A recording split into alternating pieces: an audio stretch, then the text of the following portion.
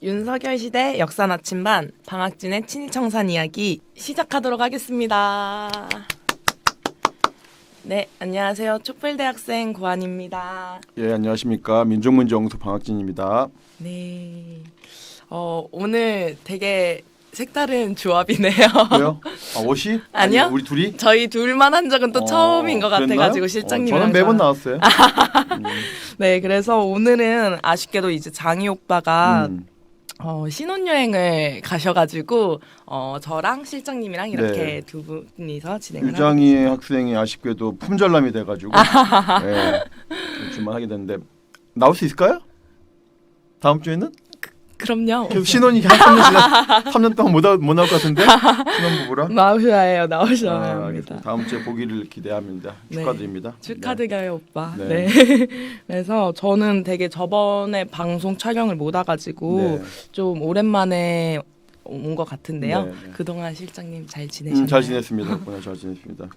저는 그 동안에 홍범도 네. 장군님이 80주기가 10월 25일이었거든요. 근데 외우기가 쉬워요. 왜냐하면 10월 25일에 독도의 날이기도 하거든요. 독도의 날. 그리고 홍범도 장군 돌아가신 마침 이제 올해가 80주기여서 작년 기준으로 보통 이렇게 중요한 분들 80주기, 90주기, 100주기 되면 국가보훈부에서 약간 보조금 줄 수도 있거든요. 보훈부에서 작년에 예산을 편성했죠. 작년 기준으로.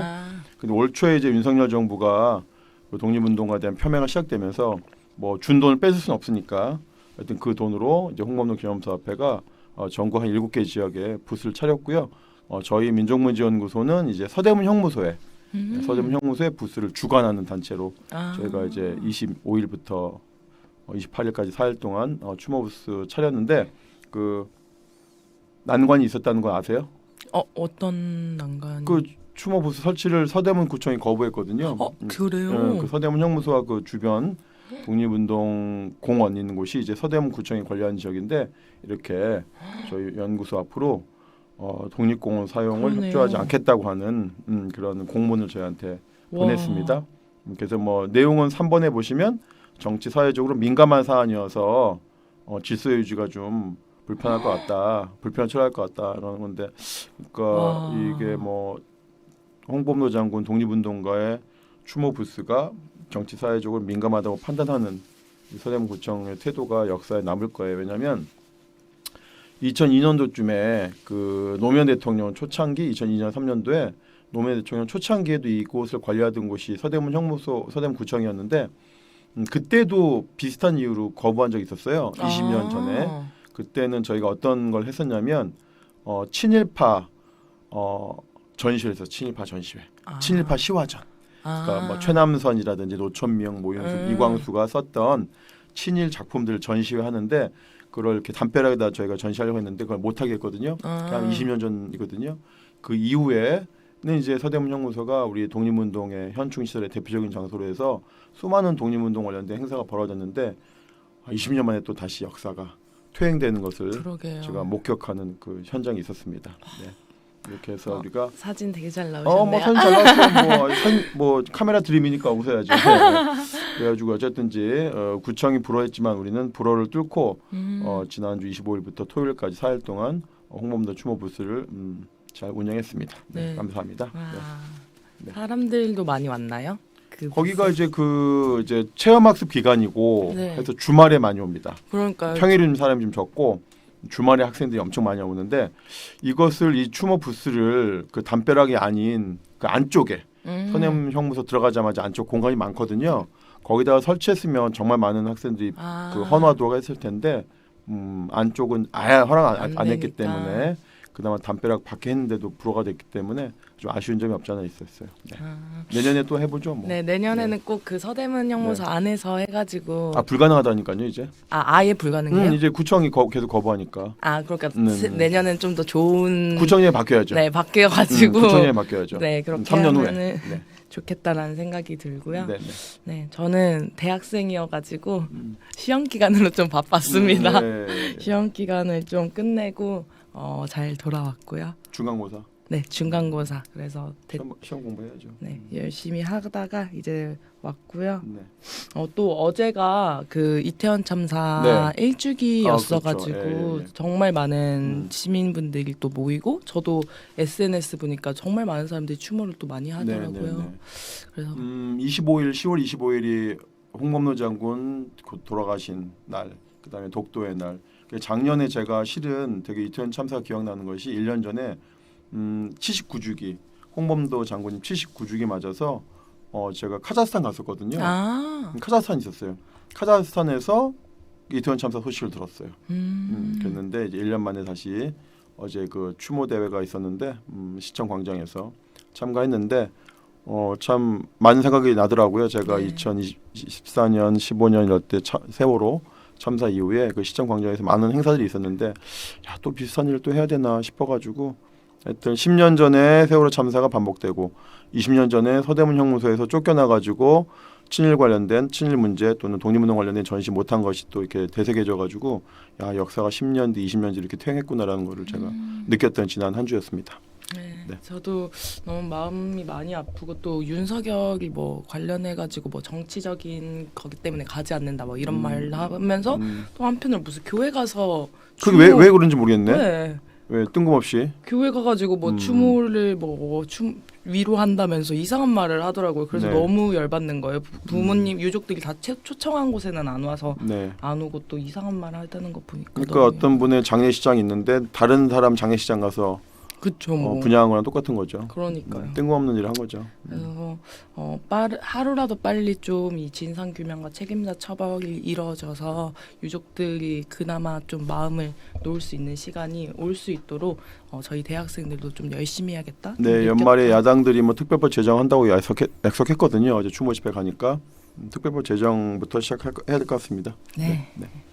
네, 그러면은 오늘 저희 본격적인 방송 시작을 하려고 하는데 오늘 주제는 좀 어떤 건지. 오늘 주제는 저도 좀 재미있는 주제기도 하고 우리 그 주최 측에서 이렇게 쇼핑 TV 측에서 오랫동안 제안했던 그 전향 또는 밀정 얘기를 한번 하고 싶다, 듣고 싶다 이런 얘기를 하셨어요. 사실은 일정 종류의 전향이라든지 독립운동하다가 전향하는 경우도 있고 그다음에 밀정 이런 문제가 참 쉽지 않은 이야기거든요. 정말 인물들이 정말 거미줄처럼 얽히고 설킨 이야기여서 정말 1시간 내에 이걸 풀어낼 수 있을까 제가 부담스러웠는데 그래서 오늘은 전향과 밀정 이야기를 나누어서 오늘은 밀정 이야기를 하고 다음 주에는 전향 이야기를 한번 해보겠습니다. 네. 준비된 PPT가 있으니까요. 한번 볼까요? 영화 밀정 때문에 뭐 우리 다 보셨죠? 이거 보셨어요? 이거 안 보셨어요? 저 안 봤어요. 이게 2016년도. 그게 몇 학년이었어요? 2016년도에. 나이가 나오니까 말 안 하네. 고등학생이었어요? 고등학생? 비밀입니다. 초등학생 아니었겠죠? 설마. 아닙니다. 7년 전인데 그죠? 2015년도에는 영화 암살이 있었고 네, 맞아요. 2016년도에는 영화 밀정이 있었는데 둘 다 아주 좋은 작품이에요. 지금 봐도 아주 오히려 지금도 봐야죠. 네. 그래서 밀정이라는 영화 때문에 우리가 상당히 밀정이라는 소재에 대해서 낯익게 접근할 수 있는데 한번 볼까요?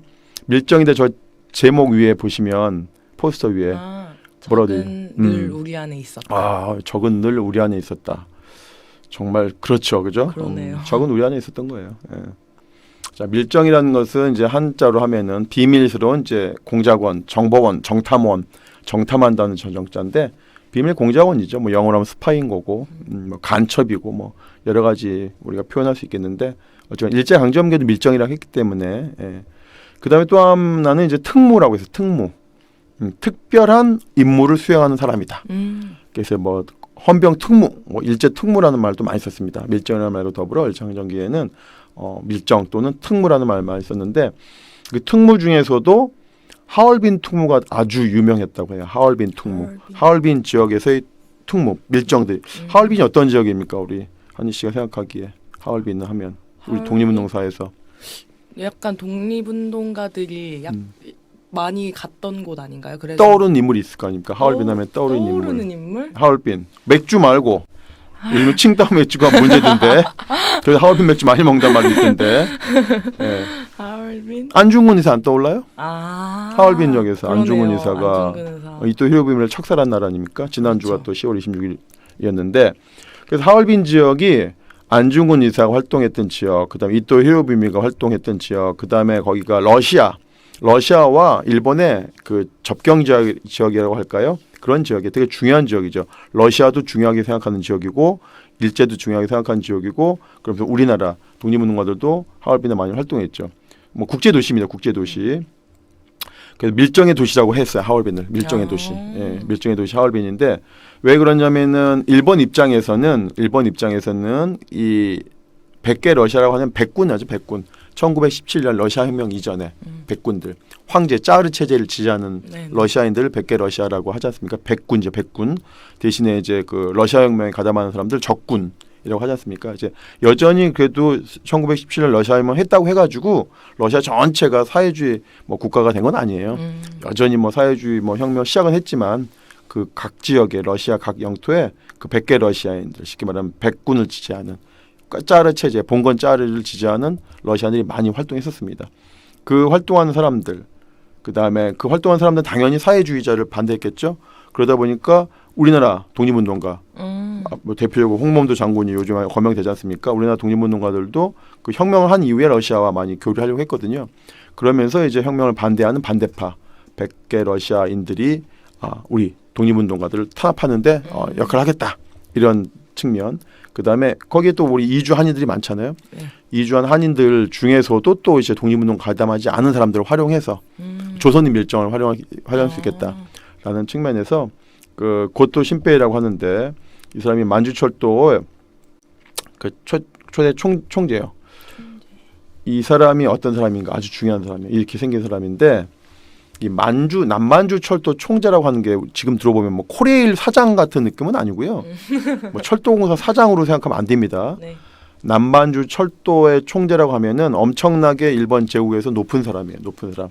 물론 철도를 관리한 최고의 직위에도 있음에도 불구하고 남만철도가 단순히 철도만을 관리하는 것이 아니고 그 철도를 통해서 대륙을 침략하는 전초기지 역할을 했기 때문에 단순히 철도가 아닌 여러 가지 정책, 경제, 사회, 문화를 미리 만주 지역이나 이쪽 지역의 활동들을 조사하고 그것을 일본의 외교 정책으로 활용하고 할 수 있는 어떻게 싱크탱크 역할을 했거든요.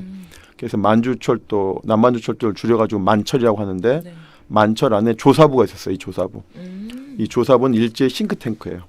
그래서 일제 식민 지배를 정당화하는 연구까지 했던데 그 유명한 그 뭐죠? 우리 집안에 있는 광해토대왕비, 광해토대왕비를 조사하고 그거를 또 위조하고 하는데도 만철이 활동을 했었어요. 만철 조사부가.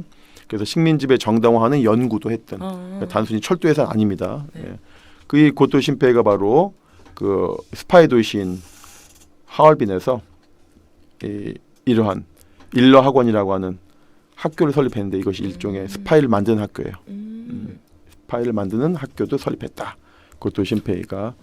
그다음에 이제 이 사람은 기본적으로 지금 일본이 대륙을 침략하는 와중에 러시아와 불필요하게 싸움 필요 없다. 힘 뺄 필요 없다. 나중에 힘 세지면 러시아를 한 번에 이기더라도 지금은 러시아 물론 이제 1904년 오늘 러시아 전쟁에서 이긴 이후지만 그렇다고 해서 바로 러시아를 강압적으로 공격할 필요 없다. 오히려 러시아와 교섭해야 된다. 이런 이제 주장을 하더라고요. 그 고토 신페이의 말에 따라서 이토 히로부미가 러시아를 방문했던 거죠. 바로 러시아가 지배했던 하얼빈을 방문했던 거죠. 그 방문을 알고 안중근 의사가 바로 이토 히로부미를 척살한 겁니다. 네. 그러니까 우리 이토 히로부미 척살했던 안중근 의거의 관계에 대해서 고토 신페이라는 사람도 우리가 기억해둘 필요가 있겠죠. 네. 사람인데 자 그럼 이제 밀정 이야기입니다, 여러분. 네. 일제의 밀정은 언제 만들어졌나? 언제 만들어졌을까 밀정은? 밀정이요? 네. 그래서 물론 이제 이게 세 가지가 있습니다. 네.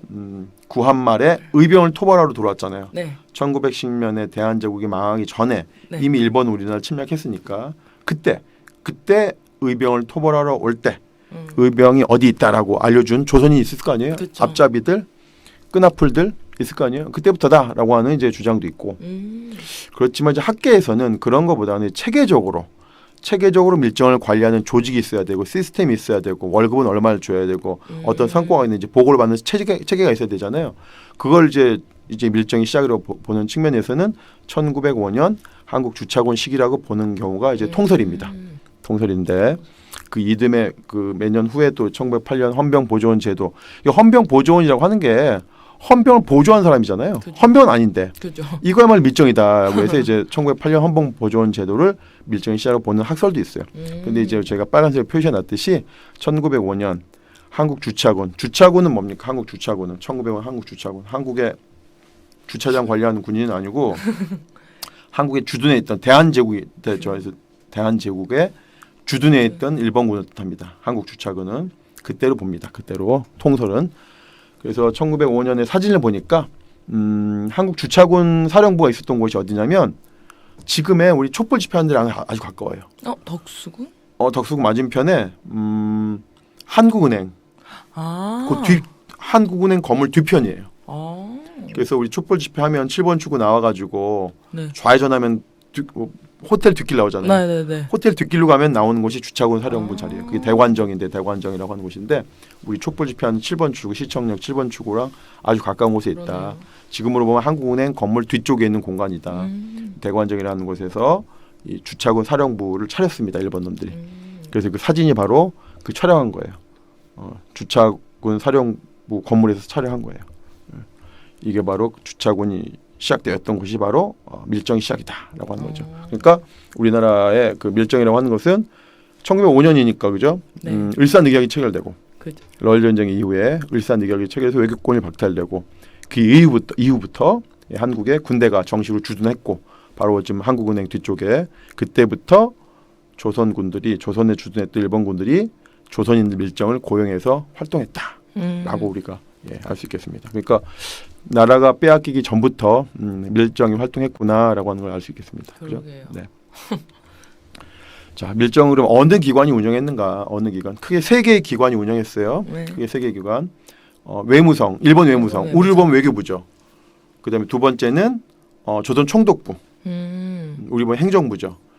세 번째는 군대. 네. 그러니까 외교부와 군대와 행정부 세 개가 각자 밀정을 운영했어요. 이거 비유하자면 우리가 이제 그렇게 비유할 수 있을 것 같아요. 우리 그 남영동에 가면 네. 대공분실 있잖아요. 아세요? 네, 알아요. 그거는 어느 기관이 운영했을까요? 독재 시절에. 그 중앙정보부 아닙니다. 그건 경찰이 운영하는 거예요.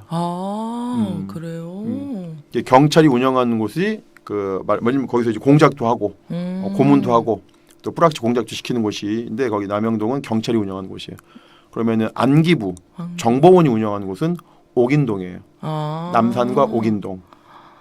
그러면은 서빙고는 군인이 운영하는 곳이에요.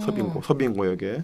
그리고 세 군데가 이제 우리 알 수 있죠. 옥인동, 그다음에 서빙고, 남영동 다 정보기관이죠.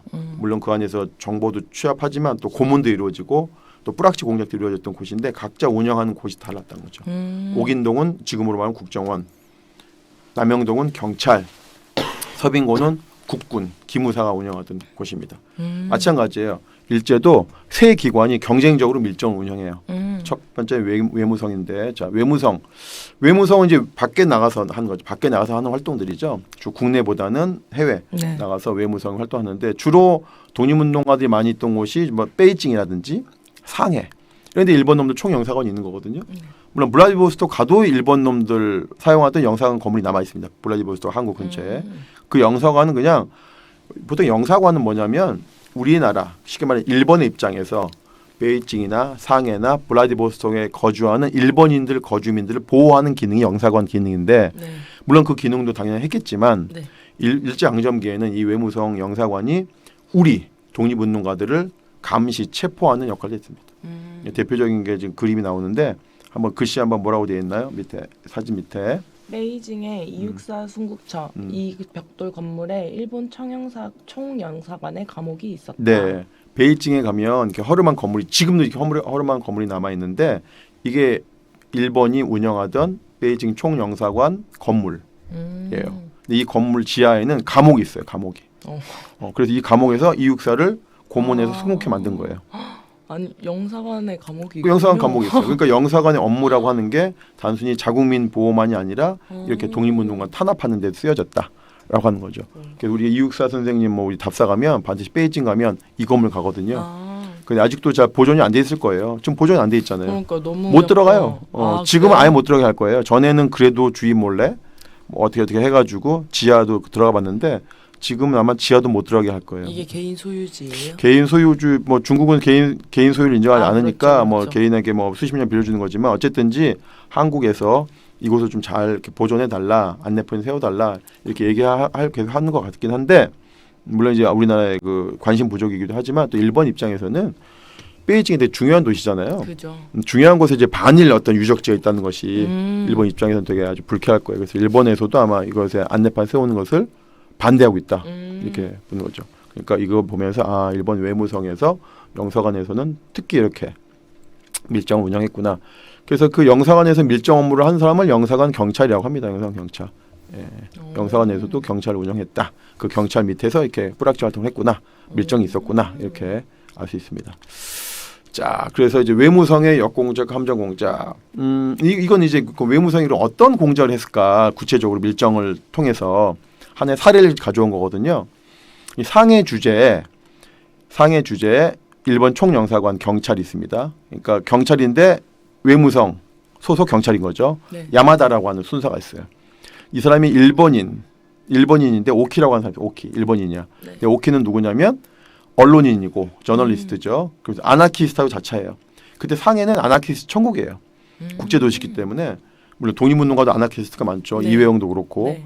그래서 아나키스트를 자처하면서 우리나라 독립운동가 단체 중에 아나키 단체가 남화 한인연맹 흑생공포단인 게 있었어요. 이런 단체에 접근합니다. 나도 아나키스트야. 나도 천황제를 반대해. 나도 천황제 반대하면서 열심히 활동하고 있고 너희들 도울 거야. 이렇게 해서 친해져요. 근데 알고 봤더니 밀정인 거죠. 일본인이지만 밀정인 거예요. 그래서 이 오키라고 하는 사람이 원심창이라고 하는 이 독립운동가입니다. 그 아나키스트예요. 평택 출신. 예, 원심창에게 거짓 정보를 흘리는 거예요. 자, 33년도 3월 달에 이 상해에 63정의 식당이 고급 식당이야. 아주 고급 식당에 아리요시라고 하는 6일명이라고 하는데 한자로 6일명이라고 하는 아리요시라고 하는 일본 공사가 온다. 거물급 공사입니다. 근데 이 6일명이 왜 오느냐? 31년, 32년에 만주 사변이 벌어지고 만주국이 설립되잖아요. 네. 이러니까 이제 중국 내에서 어떻게 보면 되게 반일 감정이 일었어요. 네, 네. 그런데 이 6일명이 아리요시가 그 중국 내에 있는 반일 감정을 좀 무마시키려고 장개성 매사로 온다. 장개성 매사로 온다. 그러니까 이 6일명을 죽여야 된다. 라고 하는 것을 이제 오키가 얘기해. 오키가. 그랬더니 원심창은 당연히 동의하죠. 맞아. 죽여야 돼. 그래가지고 흑생공포당 내에서 작전을 수립해. 작전을. 근데 이게 32년도 이게 1년 전에 네. 33년도 이야기인데 1년 전에 어떤 일이 벌어지냐면 이 상해에서 홍고공원에서 윤봉일 의거가 벌어지거든요. 딱 한 달 전에, 1년 전에. 네. 그러니까 되게 이런 것에 흑생공포의 입장에서는 우리도 해야지. 민족주의 계열인 한인애국단에 김구도 했는데 윤봉일도 했는데 왜 우리는 못해? 우리도 똑같이 의거를 해야지라고 해서 좀 기회를 계속 염탐하고 노리고 있었던 상황이었어요. 근데 마침 또 이렇게. 마침 이렇게 오키가 이런 또 고급 정보도 주고 하니까 해야 되겠다라고 해가지고 이런 것들이 거사가 이제 수립이 됩니다. 근데 알고 보니 이게 역공작. 오히려 하라고 부추기고 네. 함정수를 한 거예요. 함정수. 그쵸. 오키가 제안한 건 역공작이고 그다음에 그 63정이라는 요리점에 와서 일망타진해버리거든요. 일본 놈들이. 이 함정수에 걸려버린 거죠. 이걸 바로 이제 외무성이 이뤄낸 공작인데 그때 백정기는 이제 역할 분담했을 때 백정기는 그 6일명의 경원을 죽인다. 이강호는 일본 공사 6일명에게 도시락 폭탄을 던진다. 원심창은 이 두 사람의 의거를 하면 승용차를 대기하고 있다가 태우고 도피한다. 이게 역할 분담이 되어 있었는데 이게 다 이미 이게 고스란히 일본 외무성에다 보고가 된 거예요. 그래서 그대로 잡힙니다. 그대로 잡혀요. 이 당시에 폭탄까지 이제 그 전달 받았는데 이때 폭탄은 한 달에 걸쳐가지고 김구가 만든 폭탄이에요. 그 성능이 좋았겠죠. 결국 이렇게 되는 거예요. 이렇게. 속상. 이렇게 해가지고 세 사람이 다 잡혀버려요. 이거. 자 이렇게 되는데 자 이렇게 해서 볼까요? 기사 한번 읽어보실까요? 네. 홍구공원 사건 이래 일시 조용하던 조선당은 또 6.1 공사 암살을 계획하는 것을 상해 총영사관 경찰이 탐지하고 3월 17일 오후 6시 25분 그들이 홍구 무창로 중국 요리점 송강춘에 모이어 밀의하는 것을 듣고와 무장경관 10수명이 그 집을 포위하고 원심창, 이강훈, 백정기의 3명을 체포하고 암살용 폭탄 2개와 권총 3정을 압수하였다. 네, 이게 이제 그 바로 이거 실패하고 그다음 며칠 후에 5일 후에 동아일보에 나온 기사인데 여기서 말하면 특고는 이제 바로 일정을 얘기하는 건데요. 어쨌건 이 세 분이 의거에 가담했지만 실패했어요. 이것을 우리는 6.3정 의거라고 합니다. 그 홍구공원 의거 이후에 1년 후에 있었던 아나키스트제에 의해서 계획됐지만 실패한 6.3정 의거. 지금도 6.3정 의거가 되게 중요한 독립운동의 그 사건으로 의거로 기록이 되고 있어요. 그 당시에 이 왼쪽 그림은 그 당시에 외무성이 작성한 어떻게 잡았다고 한 자기들 보고서, 내부 보고서예요. 아, 네. 내부 보고서인데 내부 보고서 잘 모르니까 오른쪽에 칼라로 되어 있는 걸 보시면 네. 그 6.3정이라는 보이죠 위에 6.3정. 네. 여기에 이제 6.1명이 온다 이렇게 역정보를 뿌린 거예요. 오키가.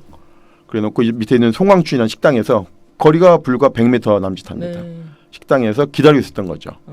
기다리고 있다가 이제 나오면 그 요시노리가 밥 먹고 나오면 문 앞에서 그 이강훈과 백정기가 폭탄과 총으로 6.1명을 암살하고 저 화살표 보죠. 화살표. 네. 화살표를 따따따따 걸어오면은 원심창이 차를 대기하고 있다가 도피한다. 이 거리가 불과 120m 정도. 화살표 거리가 그러니까 금방이죠. 그래서 이제 소리가 나고 3분 후에 기다린다. 3분까지 안 오면 이제 잡힌 걸로 알고 그냥 원심창 간다 이렇게 돼 있는 거예요. 이게 다 논의하고 있고 이제 송강춘이라고 하는 식당에서 3명이 대기하고 있는 거죠. 물론 이제 또 다른 그 동업자 그 같은 그 오키가 아닌 또 다른 그 독립운동의 뜻을 같이 하고 있던 일본인도 같이 있어서 4명이 있는데 다 잡히는데 어쨌든지 가보지도 못하고 잡히는 거죠. 그러니까 6.3정이 아니고 송광춘에서 잡히는 거예요. 송광춘에서. 이게 완전히 이거는 역정보를 했던 것이고 그다음에 함정 수사. 송광춘이라는 식당에서 함정을 파놓고 다 잡은 거죠. 이게 바로 외무성이 하는 역할이죠. 이런 게 되게 많아요. 되게 많은데 네. 이제 이 6.3정 의거는 되게 역사에서 중요한 사건이니까 하나 가져와 봤습니다.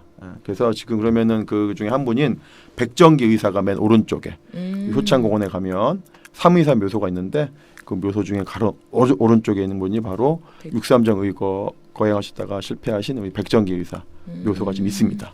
네. 그다음에 가운데는 윤봉일, 이봉창 의사는 이제 1년 전에 홍공원 의견 성공하신 거죠. 네, 이렇게.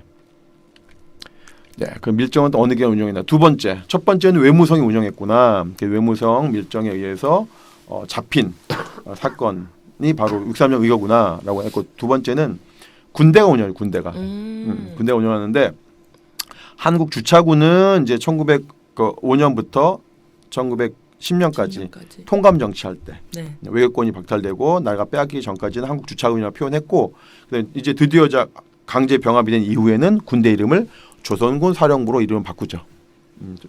군대 이름을. 네. 그 사령부의 본부는 대관정, 그 지금은 한국은행 뒤에 있다가 지금 얼로 옮겨요. 바로 용산으로 옮기는 거죠. 예. 근데 그 주차군 시절의 기록을 보니까 주차군 시절인 6년부터 7년 사이에 한국 밀정이 116명이에요.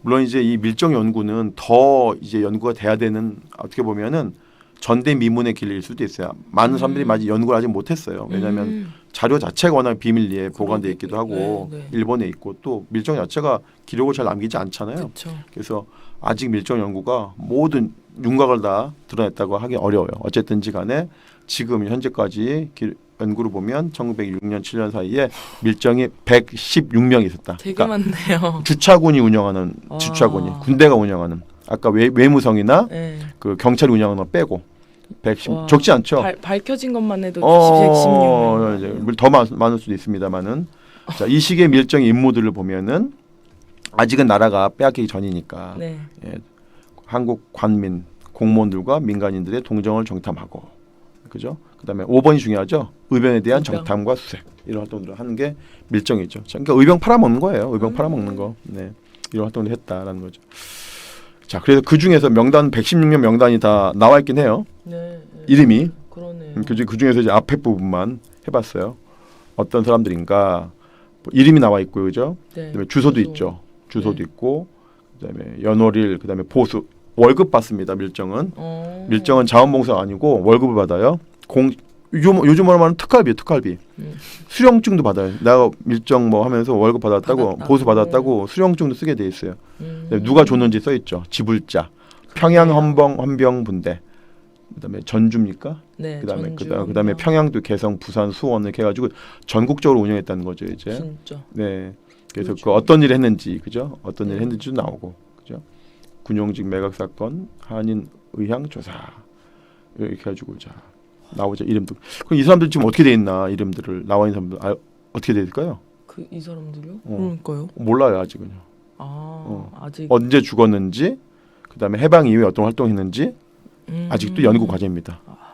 연구 과제예요. 동명이인일 수도 있고 그다음에 가명일 수도 있고 이명일 수도 있고 하니까 연구 과제죠. 네, 그렇지만 이렇게 디테일하게 관리했구나. 진짜 라고 하는 거를 디테일하네요. 알 수 있죠. 네. 그 당시 근데 1년 정도면 엄청 큰 액수인가요? 1년이면 큰 돈이죠. 어. 네, 제가 저 월급 얼마나 되는지 알려드릴게요. 네. 예. 자, 그러면 밀정이 또 어느 기관이 운영했나? 아까 이제 군대 중에서는 국내 했던 이제 한국 주차군이라든지 네. 국내에 주둔했던 조선군 사령부는 이제 국내에 있는 주둔군이고 네. 이제 일본군 관동군 해외에 있는 일본 군인들이거든요. 네. 이 관동이라고 하는 게 있죠. 관자가 산해관의 관자예요. 산해관의 서쪽은 이제 중국 땅이에요. 오리지널 중국 땅이고 네. 산해관의 동쪽은 이제 오랑캐 땅이에요. 중국 한족 입장에서는 네. 산해관의 서쪽 관내 지역을 오리지널 중국 땅이라고 보는 거예요. 그러니까 이 산해관의 그러면 뭐가 산해관을 가르는가? 바로 만리장성이에요. 만리장성. 그래서 이 산해관에 있는 동쪽에 있다. 우리 보면 만주죠. 네. 만주 쪽에 있는 거죠. 근데 중국의 입장에서 보면은 산해관의 동쪽에 있는 부대여서 관동군인 거예요. 강원도도 관동대학이 옛날에 있었죠. 관동대학이 그건 대관령의 관자죠. 대관령의 동쪽이어서 대관령 관동대학인 거고 이거는 산해관의 동쪽이어서 관동군. 그래서 국내에 있는 한국주차군이나 조선군 사령부도 밀정을 운영했지만 해외에 있었던 관동군, 일본 관동군도 밀정 운영했다는 거죠. 위치는 장춘, 지금의 우리 장춘, 그 밑에는 심양. 지금 중국 가시면 비행기 타고 가면 네. 심양 위에 장춘이라는 동네가 있어요. 거기가 바로 이제 만주국이 만들어졌고 또 우리 관동군이 있었던 곳이고 또 관동군 사령부 중에서도 이제 헌병대 사령부가 이제 밀정 운영합니다. 그 지도 보면 알 수 있죠. 장춘에 관동군 사령부, 관동군 헌병대 사령부가 있었던 곳에 이제 밀정이 활동했구나. 밀정의 본부가 바로 헌병대 사령부인 거죠. 네.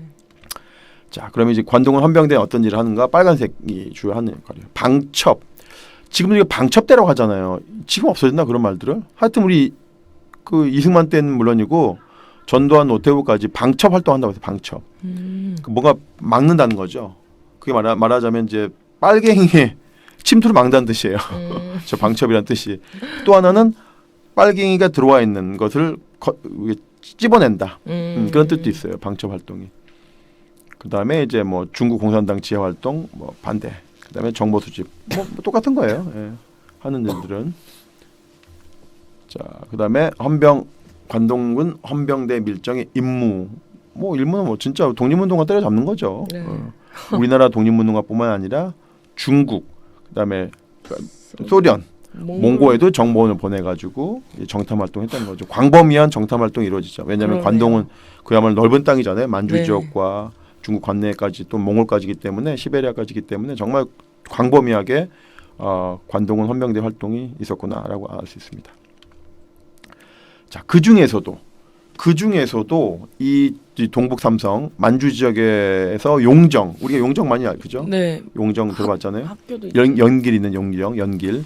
용정 지역이 바로 또 스파이의 천국입니다. 아까 저 하얼빈이 국제적인 네. 스파이 도시라고 했다면 용정도 역시 특무들이 활동했던 엄청난 도시예요. 그래서 역시 마찬가지로 용정 지역에서 조선인 특무죠. 그러니까 조선인 밀정 활동했던 사람들에 대한 조사인데 이 조사는 누가 했냐면 바로 해방 이후에 네. 중국이 합니다. 중국이. 45년 이후에 중국이 용정, 만주 지역에 남아있던 특히 길림성 지역에 남아있던 조선인 특무 밀정들을 조사를 해요. 조사해서 죽이기도 해요. 어쨌든지 간에 그래서 그 리스트가 또 일부 있습니다. 있군요. 리스트가 일부 남아있군요. 있어서 보시면은 오른쪽이 중요한데 어떤 활동했다는 것도 중요하지만 오른쪽이 중요해요. 해방 이후에 어떻게 됐는가. 해방 이후에 한반도로 가요. 본 적은 평안남도 함경도인데 해방 이후에 한반도로 오는 경우가 아주 많아요. 이것도 이제 보면은 그러네요. 해방 이후에 체포되는 경우도 있지만 대부분 한반도. 그 중에서도 남한으로 오기도 하죠, 그죠? 밑에서 보면은 그러네요, 밑에서 세 남한으로. 번째 보면은 남한으로 오는 경우도 구체적으로 나옵니다. 남한으로 왔다고 구체적으로 나오기도 해요, 이렇게. 북한에 있는 사람도 있고 또 체포된 경우도 있고 해방 후 남한에 왔다. 해방 후 또 밑에 세 번째는 아예 구체적으로 해방 후 서울로 갔다. 아주 구체적으로. 근데 얼마를 받았다. 돈도 나오죠, 이제. 네. 자, 여기서 비용을 이제 얘기해 볼게요. 이제 돈이 어느 정도 수준인지. 네. 해방 후 남한으로 한반도로 온 사람들은 뭐 100% 이제 반공 정권 수립에 가담했겠죠. 네, 이승만 정권의 그러겠죠. 수립에 가담해서 우리가 말하는 반민특위 해체라든지 분단 정권 앞장섰을 것이 뭐 거의 99% 확실하죠. 네. 예, 근데 아직도 이 인물들에 대한 추가 연구가 아직 안 돼 있다. 그러니까 더 연구가 더 필요하다는 말씀이죠. 네. 그럼 돈을 얼마나 받았을까? 돈을 밀정에게 지급, 그러니까 일반적 공무원들 네. 월급 한 50원 뭐 이었다고 해요. 일정한게 음. 50원이었다고 해요. 공무원들 그 평균 이상의 공무원들이. 근데 밀정들에게는 그 정도 비슷한 돈을 줬다고 합니다. 그 다음에 성과급도 있죠. 일단 잡으면. 그죠. 그다음에 특활비가 있죠. 현상금도 있죠. 그러니까는 그 어떻게 보면은 밀정이 받는 돈이 적지 않죠. 그러네요. 본인은 그냥 본봉은 조금 적더라도 몇 개월. 수당이 많은 거 수당이. 네. 특별활동비, 뭐 잠복비 이런 게 있을 거 아니에요, 그죠? 네. 또 밀정이 또 밀정을 고용할 수 있죠. 하청 줘가지고 특활비죠. 그런 거기 때문에 그다음에 또 밀정이 뭐 다치면 또 유가족들에게 또 돈을 줬어요. 유가족 요즘은 보온 보상금 거죠. 보온 그러니까 유가족까지 지켜서 유가족까지. 그러니까 완전히 뭐 말은 밀정이지만 일본의 공식적인 거의 공무원과 비슷한 그러네요. 수준의 대우를 받았다라고 하는 것을 알 수 있을 것 같습니다. 네. 자, 이제 마지막으로 밀정을 운영하는 기관이 첫 번째는 외무성, 두 번째는 군대, 세 번째는 조선 총독부 안에 있는 경무국이니까 요즘으로 말하면 경찰청이죠. 경찰청 당연히 밀정을 운영했겠죠. 뭐 네. 당연하죠. 그래서 그 영화 밀정은 바로 이 세 기관 중에 외무성, 군대, 조선 총독부 경무국 중에 영화 밀정은 조선 총독부 경무국이 관리하던 밀정 이야기인 거예요. 예. 그 중에서 이 송강호가 역할을 했던 것이 바로 조선인 출신의 경찰인 황옥이라는 사람을 모델로 해가지고 이 영화를 만들었죠. 근데 여전히 황옥은 그럼 뭐냐? 밀정이 아니냐? 이중간첩이냐? 아직도 몰라요. 모른다가 물음표가 공식 견해입니다. 학계에서는. 그러니까 실제로 밀정 활동을 통해서 일본을 이롭게 하기도 하고 거꾸로 독립운동가들에게 체포 정보를 흘려서 도망가라라고 하고 독립운동 활동을 돕기도 해요. 그러니까는 겉으로 보면 이제 이중간첩이죠. 그러게요. 근데 어디가 본심인지는 더 알 수가 없고. 그렇기 때문에 아직은 황옥을 독립운동가다, 또는 밀정이다, 친일이다, 항일이다라고 이제 할 수가 없는 상황이에요. 여전히 블랭크, 미지의 인물. 그런데 이제 영화에서는 조금 좀 우호적인, 긍정적인 사람으로 그렸잖아요, 그죠? 그런 내용입니다. 근데 스스로 밀정이라고 주장하신 건? 그러니까 이제 본인은 공식적인 어떤 뭡니까 공식적인 자리, 그러니까 재판장 같은 데서 밀정이라고 얘기해요. 그런데 이후에 해방 이후에 동지들, 독립운동가들이 황옥 아니라고. 황옥은 그냥 그렇게 페인트 쓴 거라고 또 이렇게 얘기합니다. 그러니까는 알 수 없는 거죠. 정말 아니죠. 그러니까 해방 이전에 일제강점기에는 나 밀정이다라고 했지만 이후에는 독립운동가들이 저 사람 아니라고 하는 경우가 있으니까 아직은 알 수 없는 거죠. 좀 더 이제 추가적인 자료가 나와야죠. 네. 밀정을 통한 김구 체포 작전. 이제 우리가 그 아까 6.3정 의고도 되게 중요한 건데 우리가 되게 유명한 분이니까 김구를 잡으려고 또 김구 같은 경우는 1932년에 특히 윤봉기를 통해서 홍구공원을 의거했잖아요. 네네. 이거 일본인에게 엄청난 충격을 줬기 때문에 이제 김구 잡으려고 이제 혈안이 된 거 혈안이. 현상금을 줍니다. 현상금 20만 원. 1차 20만 원. 와. 못 잡으니까 2차로 또 현상금을 3배 올려요. 아까 제가 한 5원에서 50원 정도 와. 밀정한테 많이 주면 한 50원 준다고 한 것 같아요. 그거에 비하면 어마어마한 거죠. 몇백 배, 몇천 배의 그러니까요. 돈으로 이제 현상을 붙인 거죠. 그러니까 얼마나 혈안이 됐겠어요. 밀정들이 그러니까요. 김구 잡으려고. 와, 20만. 네. 그래서 이 밀정을 통해서 이 밀정을 운영하는 기관이 세 개인데 네. 김구는 워낙에 거물이니까 네, 네. 밀정을 운영하는 세 개 기관이 공동으로 합작해서 잡으려고 노력합니다. 네. 역시 약간 네. 이런 현상금을 보면은 그게 오히려 더 동기부여가 명확하네요. 되죠. 이 밀정들이 더 동기부여가 되죠. 밀정들 기본적으로 돈 벌려고 하는 거예요. 어. 기본적으로 돈 벌려고 하는 거예요. 예. 그러니까 돈을 많이 걸면 동기부여가 되죠. 밀정들에게. 김구 체포 작전은 총 3번에 걸쳐서 이루어져요. 정확히 말하면 암살 작전. 체포하기 어려우니까 바로 죽여버리자 이렇게 암살 작전. 체포하면은 또 이제 뭐 다른 일 뭐 체포해서도 나갈 수도 있잖아요. 그렇죠. 아예 죽여버리는 암살 작전을 벌이는데 이거를 일명 대김구 특종 작전이라고 합니다. 김구에 대한 특별한 종류의 공작. 그 암살 작전이에요. 총 3번에 걸쳐서 암살 작전이 벌어지는데 이것은 32년 홍구공원 사건 이후에 벌어지는데 이 모두가 다 1차, 2차, 3차 공작 모두가 다 밀정을 통해서 하려고 해요. 그 아주 효과적이라고 본 거죠. 밀정을 통해서 하는 것이 효과적이다라고 본 거죠. 자, 그럼 첫 번째 보시면 첫 번째 공작은 이거 좀 이제 공부가 됐으니까 총독부 경무국에서 총독부 경무국도 외국에 파견합니다. 상해 파견원. 그러니까 소속은 외무성이 아니고 경무국 소속인데 또 파견할 수 있어요. 이게 경쟁적으로 이루어진 거죠. 상하이에 파견된 나카노가 거물급인데 나카노라는 파견원이 단순히 파견원이 아니에요. 높은 사람이에요. 파견원이 밀정 오대근을 시킵니다. 오대근에게 암살을 지시해요. 그래서 오대근이 다른 또 자기의 밑에 있는 하청 뿌락지를 데리고 난징으로 가요. 왜 난징 가냐면 이제 홍구공원은 상해인데 상해 안 있거든요. 도망 다녀야 되거든요. 네. 도피. 그래서 주로 이제 쭉 이동하는데 난징 간단 말이죠. 난징에서 나온다라는 이제 정보를 갖고 가요. 오대근 여러 명의. 근데 오대근 일당이 잡힙니다. 중국 관원들에게. 그래서 오대근 일당이 죽어요. 이게 왜냐하면 이 당시에는 약간 장개석 중국 정부와 네네. 김구가 친했어. 그러니까 이제 그렇지 않습니까? 중국에 뭐 수많은 군대가 못한 거를 윤봉길이 다 했다 이런 것처럼 이때는 32년 윤봉길 의거 이후에 중국 장개석 정부가 임시정부를 인정하고 도와줄 때예요. 그러니까는 이럴 때는 이제 그 김구의 도피도 도와주고 자금도 주고 이럴 때거든요. 그러니까는 김구 잡으러 온 밀정들을 중국 관이 잡아다가 오히려 죽여준 거예요. 장개석이 도움 준 거죠. 그러네요. 네, 오대근은 누구냐? 오대근은 누구냐? 사회주의 활동한 사람이에요. 국내에서. 국내에 있다가 상해 망명해요. 그다음에 전향을 하죠.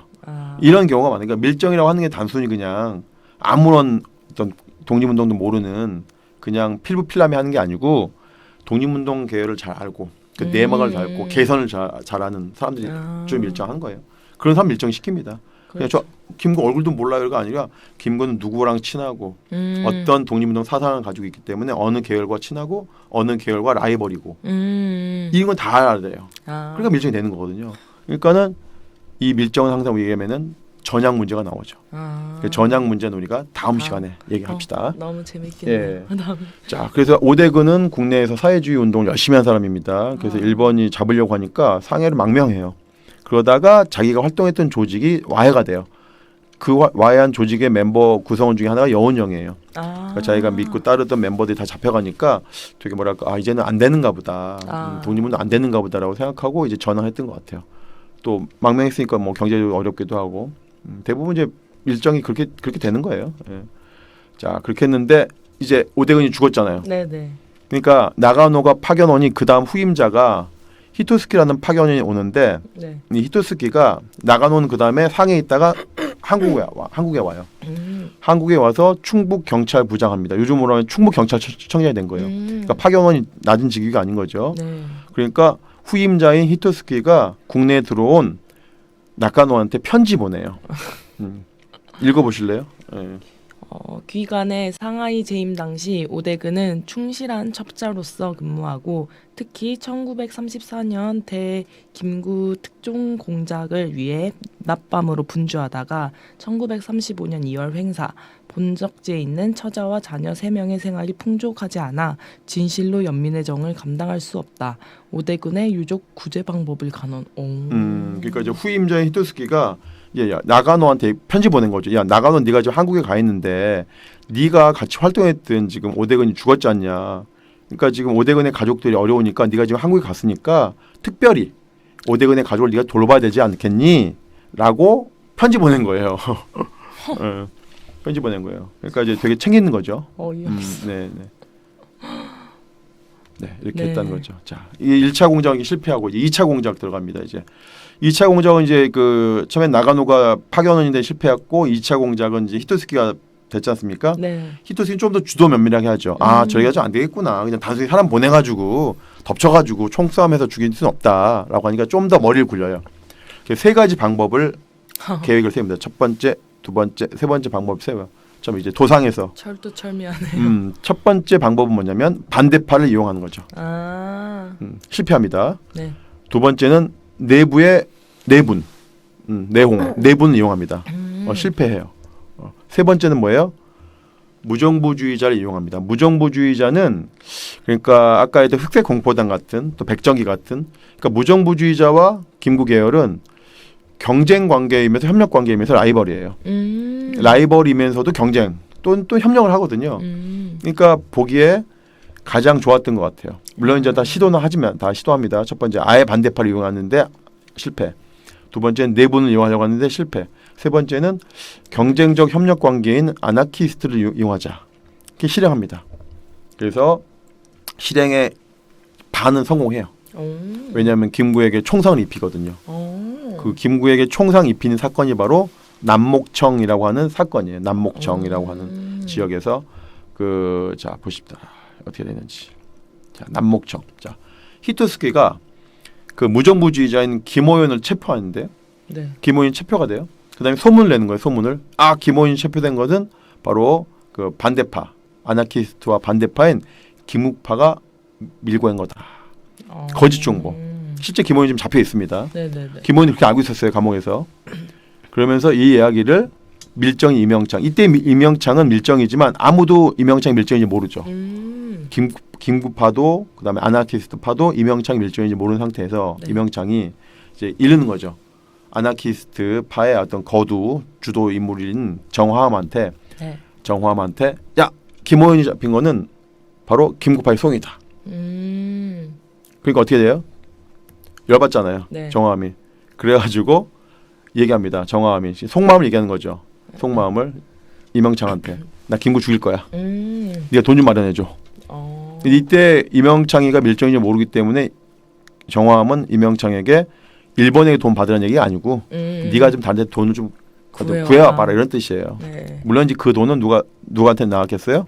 일본에게 나왔겠죠. 이제 이명창이 가져온 돈은 일본에게서 나온 거죠. 네. 예. 자, 그래서 한번 읽어보실까요? 본건 공작을 당초부터 의심하고 있었듯이 근래 생활에 공공했던 무정부주의자 일당이 김구 암살을 핑계로 이명창에게 여비 명목으로 300원을 편취한 것으로 판단하고 결국 이번 공작은 무정부주의자를 이용하려다가 그들에게 이용하는 바가 되어 실패. 이거는 이제 정화함이 대치기 한 거예요. 정화함이 알았던 거예요. 그러니까 정화함 입장에서는 김구파가 김호연을 밀고 했을 수도 있는데 지금 이런 전반적인 큰 정황은 아나키스트와 김구파의 갈등을 활용하려고 하는 거라고 해서 정황은 이미 큰 틀은 알고 있었어요. 구체적인 건 몰랐지만 이간 공작인 거를 인식했어요. 그렇게 시간을 끄는 거예요. 시간을. 이명창에게. 이명창이 끌려잖아요. 그리고 이명창이 속아 이제. 이명창의 몸이 달아가지고 속아. 그래가지고 결국은 300원을 줘요. 아나키스트 계열에게. 끝난 거지 뭐. 나중에 히토스키 판단한 게 이명창 속았다. 와 대박. 속 시원한. 근데 여기서 판단한 게 이명창은 속았지만 이명창이 독립운동가들에게 마음을 준 건 아니다. 이명창은 최선을 다했지만 속았다 이렇게 되는 거죠 이제. 하여튼 역공작으로 이긴 거죠 이제. 되치기가 된 되치기. 뚫어버렸네요. 뚫은 거죠. 네. 이 3차에 자 이게 책에 나옵니다. 그런 얘기가. 네. 자 그런데 이제 또 3차 공작 중에 아나키스트를 이용한다는 거 있었잖아요. 네네. 정화함을 통한 공작은 실패했지만 또 결국 다른 네네. 공작으로 성공해요. 자 이제는 뭐냐면은 이제 히토스키라고 하는 파견원. 이거는 파견원이라고 하는 것은 경무국이죠. 경찰 계열이죠. 그다음에 일본 총영사가 합작을 합니다. 합작을. 이제는 아주 좀 구체적으로 들어가요. 이제 아나키스트처럼 밖에 있는 사람이 아니라 박창세라고 하는 김구 측근, 요즘으로 한 김구 비서실장이죠. 김구 경호실장. 과거 김구 경호실장을 포섭을 하는 거예요. 이게 아주 중요한 거죠. 거의 이때 김구가 죽을 뻔한 거예요. 김구 경호실장을 포섭했으니까 말도 안 되는 거 아니에요? 예. 근데 이게 어떻게 되느냐? 박창세는 반드시 이제 분명히 독립운동한 건 분명합니다. 네. 이견이 없는데 이제 아들을 활용 아들을 박창세의 아들이 있어서 두 명이 박재도와 박재건이라고. 장남 박재건이는 마약쟁이야. 마약을 해가지고 그 관원들에게 이미 잡혀 이제 리스트에 올라가지고 잡히면 무조건 감옥 가는 거예요. 네. 봉공 소환된다든지. 그래서 일제가 아주 약점으로 잡아놓고 있었어요. 박재도를. 그러니까 이 동네는 뭐냐면은 상해이기 때문에 뭐 프랑스 조계를 가든 영국 조계를 가든 일본 조계를 오든 하여튼 누구한테나 관원에게 잡히면 이제 감옥 가는 거예요. 마약 그 헤로인을 막 밀매하는데 관여했다고 해요. 헤로인을. 그래가지고 이제 어떻게 하는가 한번 읽어보실까요? 예. 당시 총영사관 경찰부에서는 종래 헤로인 밀매 관계로 출입하고 있는 박재도를 통해 부 박창세를 회유하고 동인의 손에 의해 김구를 처치하려고 획책 중이다. 네, 이렇게 박창세를 통해서 죽이자 이런 거죠. 약점이 두 아들이다. 근데 첫 번째 아들은 마약이라고 하는 약점이 있고 두 번째 아들은 거꾸로예요. 잘 나가. 당시 최고의 권투 선수예요. 국제적인. 예. 그런데 보십시오. 당시 국제적인 권투 선수 금이 환영했죠. 박재건. 이 사진이 박재건 사진이에요. 차남 둘째 아들. 아버지를 따라 상해로 왔는데 영원영 선생이 이제 권유한 거예요. 권투. 자기랑 동지니까 박창세가 동지니까 동지 아들 보니까 권투 잘하거든. 또 영원영 선생은 또 체육인. 본인도 복싱 선수거든. 복싱 잘하거든. 그래서 네. 복싱을 권유했는데 성공해요. 18살에 이미 세계적인 선수가 돼요. 네. 그래서 18살인 33년에 무려 20번 싸워서 한 번도 진 적이 없어. 무패. 그래서 상승이라고 하는 게 항상 승리하는 한자거든요. 무패 선수야. 그래가지고 별명이 황색, 옐로웰. 황인종이니까 이게 스트레이트. 옐로 에로. 이 꿈이 뭐예요? 국제 대회를 하는 거, 국제 대회. 그래가지고 36년에 국제적인 선수를 금이 환영 금이 환영 어디 온다는 거예요? 어디로? 다시 서울로 가요. 서울로. 근데 아버지는 독립운동가인데 김구의 측근인데 아들이 권투 선수 해가지고 금이 환영이 됩니까? 금이 환영에 물음표 해놨잖아요. 네. 이거는 일제가 배려하지 않으면 안 되는 거죠. 그쵸. 이게 바로 박창세의 변절의 증거예요. 금의원양을 했다는 거죠. 그래서 실제로 해요. 국제대회 서울에 와서 권투 시합을 해요.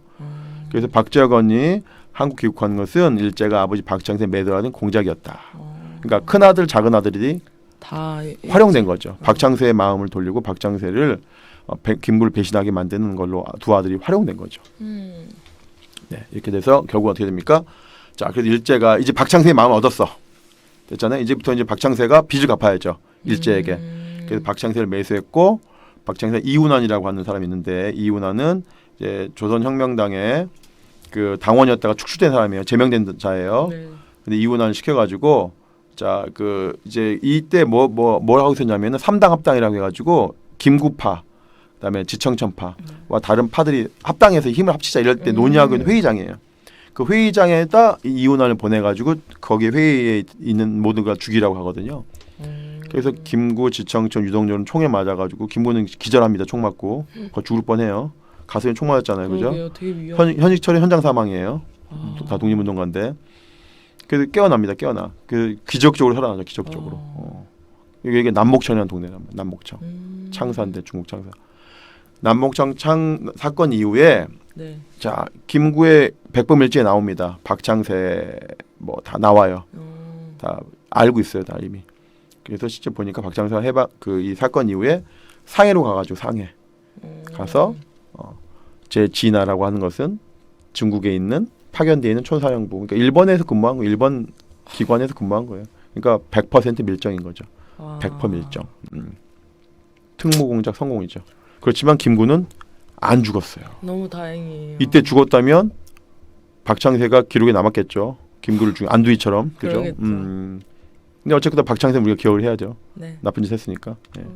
3차에 걸쳐서 이거에 대한 이제 대응은 뭐냐? 이거에 대한 대응.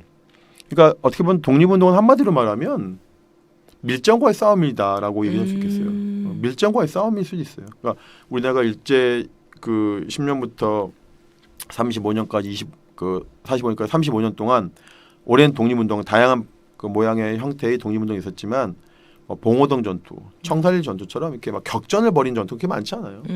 대부분 이제 첩보전이거나 이런 건데, 그러니까 이제 우리 내부에 있는 정보를 또 우리 내부에 있는 독립 역량을 지키는 것이 아주 중요했거든요.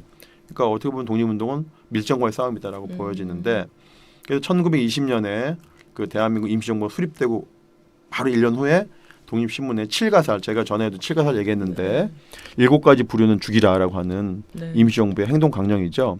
예. 자, 그 7가살 중에 몇 번째입니까? 밀고자. 세 번째. 예, 세 번째. 밀고자. 밀고자는 죽이라는 거죠. 밀고자. 죽이라는 건데 바로 이 보시면 이 원문이 나와요. 원문이. 7가살에 1, 2, 3, 4, 5, 6, 7 나오거든요. 한자가. 거기에 이제 세 번째가 이제 밀정인데 읽어보십시오. 제가 오늘 우리말로 조금 현대어로 고쳤는데 독립신문에 나온 내용이에요. 밀정을 왜 죽여야 되는지 나옵니다. 읽어보세요. 예. 네. 밀정 처단은 동지에 대한 의무, 고등정탐 혹은 그냥 형사로 우리 독립운동의 비밀을 적에게 밀고하거나 우리 지사를 체포하며 동포를 구타하는 이들이니 선우갑, 김태석, 김극일과 같은 흉적이라. 특히 중요한 비밀을 적에게 밀고하거나 중요한 인사를 체포한 자에게는 반드시 즉시 복수를 하여야 할지니 이는 동지에게 대한 의무일 뿐더러 이 같은 자들을 징계하는 가장 유력한 수단이라.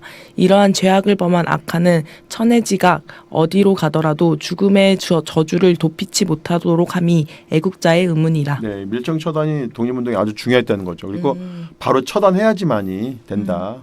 그래서 그게 응징이고 그것이 우리의 동지에 대한 의무이고 애국자의 의무다라고 이제 써 있어요. 그러니까 세 번째 이렇게 중요해요. 이렇게 세 번째.